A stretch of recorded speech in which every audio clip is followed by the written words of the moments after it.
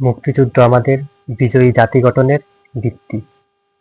যারা মুক্তিযুদ্ধকে বাদ দিয়ে দেশের সার্বভৌমত্ব রক্ষার কথা বলে, তারা মূলত দেশকে পূর্ব পাকিস্তান বানাতে চায়।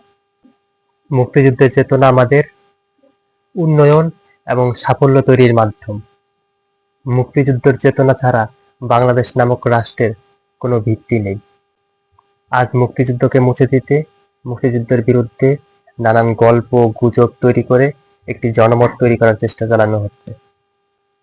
মুক্তিযুদ্ধ মানেই বাংলাদেশ, এই কথার বিরুদ্ধে অপপ্রচার চালানো হচ্ছে। মুক্তিযুদ্ধের ভিত্তি হলো বাঙালি জাতির জন্য স্বাধীন একটি সার্বভৌমত্ব রাষ্ট্র।